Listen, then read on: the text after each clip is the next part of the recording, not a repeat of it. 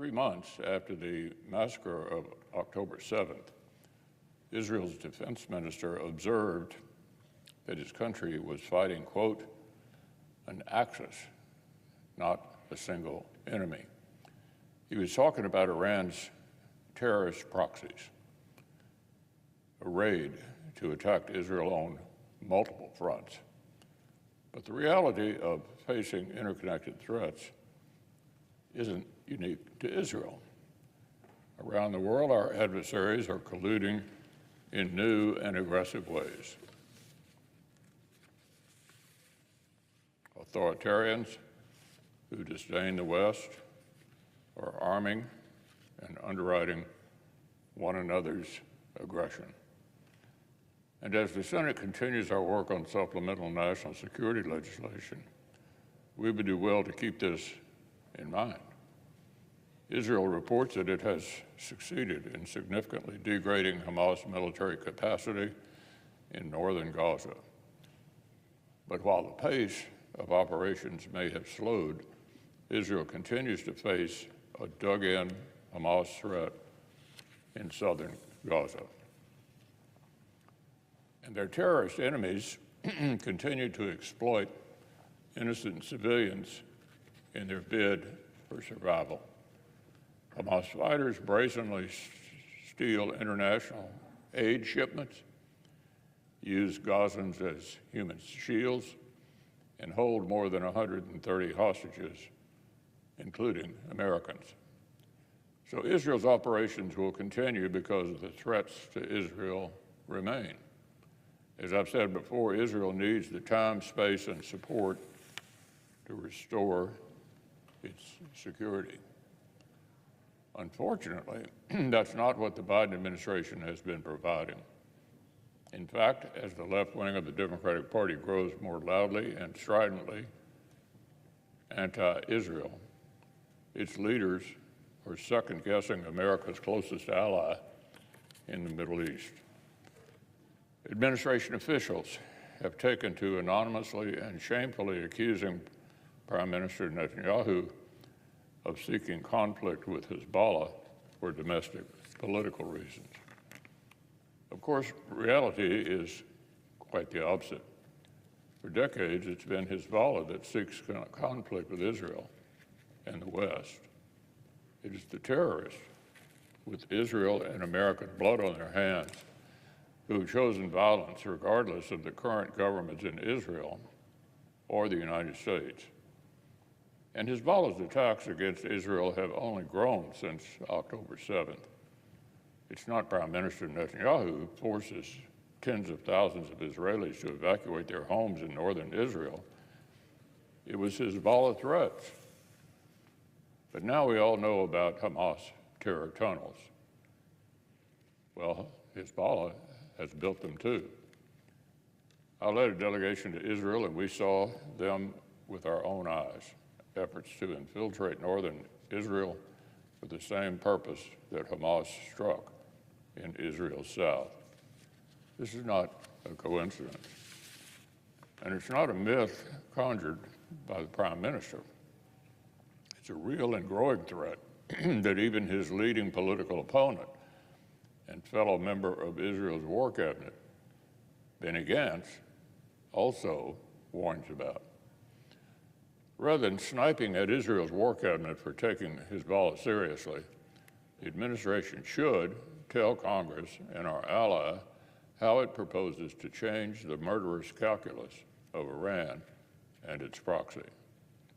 So, Mr. President, the best way we can help our friends is to restore our own credibility in the region and take bolder steps to respond to our common aggressor, Iran. The Biden administration has work to do to repair the damage done by 3 years of retreat. The first thing they could do is admit they have a problem. Instead, they are busy patting themselves on the back. Last week, an administration spokesperson declared with pride that the president was taking a proactive approach to threats from Iran-backed terrorists. Honestly, nothing could be further from the truth. instead of aggressively targeting the launch facilities and Houthi terrorists responsible for harassing global shipping and U.S. naval assets, or sinking the Iran spy vessel reportedly facilitating Houthi strikes. President Biden's passive policy means the Navy is expending million-dollar missiles to swat away $1,000 drones.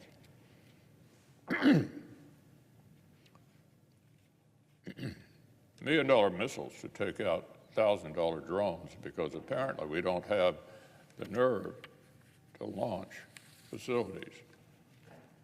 Rather than imposing costs on our enemy, we're allowing the enemy to impose costs on us. In response to more than 100 attacks on U.S. personnel in Iraq and Syria, the President has authorized isolated jabs at low-consequence peripheral targets. No wonder Iran isn't deterred. Tehran's strategy is actually working. If Hamas' capacity for violence is not destroyed, Palestinians and Israelis alike, including the hostages still in captivity, are going to continue to suffer. If the Houthis' capacity for violence is left intact, they'll continue to attack civilian ships and disrupt the global economy.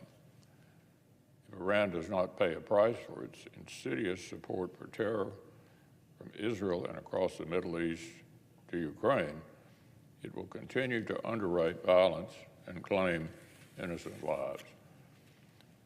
America owes our ally Israel our continued support, and we owe Iran's web of terror the firm deterrence and swift justice it has always deserved.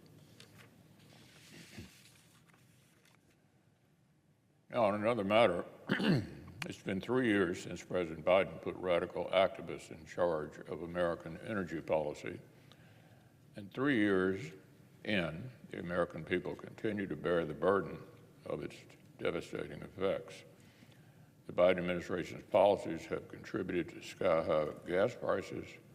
Energy regulations are driving up the cost of natural gas and home heating. The cost of gasoline has increased a cumulative 43.5% since Biden took office.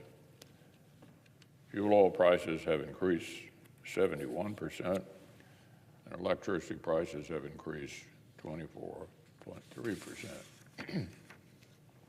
So here's one example. The Biden administration has worked overtime to strangle domestic oil and gas drilling to a trickle. And they've bragged about their plan to offer the smallest number of oil and gas lease sales in history.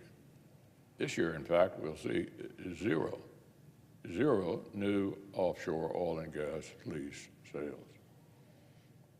From day one, Americans have been suffering under the weight of a climate agenda tailored to the preferences of coastal elites.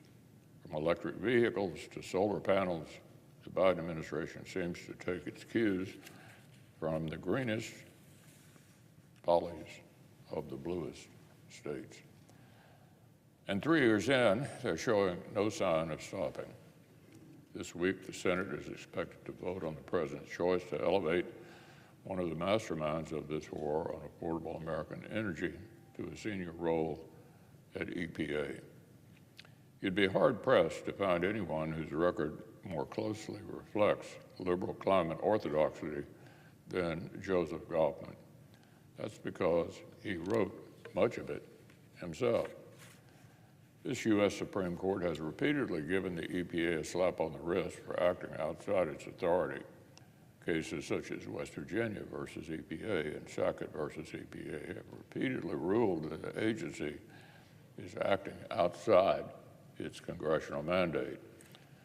In fact, just before Christmas, the court agreed to hear yet another case involving EPA emission plans, this one brought by Ohio.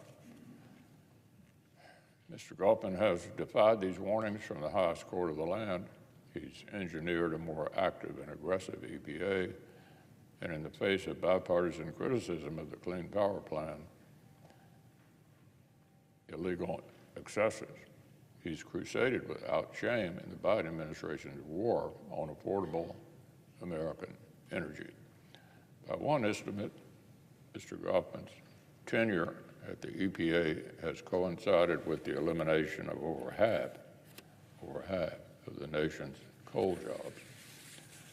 And he's continued to indulge the left's obsessive push for electric vehicles, despite the fact that this push is killing American jobs and enhancing our top strategic adversary. By every measure, this nominee is the exact wrong person to deserve a promotion at EPA. So I'd like to thank my colleague from West Virginia, Senator Capito, for sounding the alarm on Mr. Goffman's nomination. And I would urge each of our colleagues to join me in voting no this afternoon.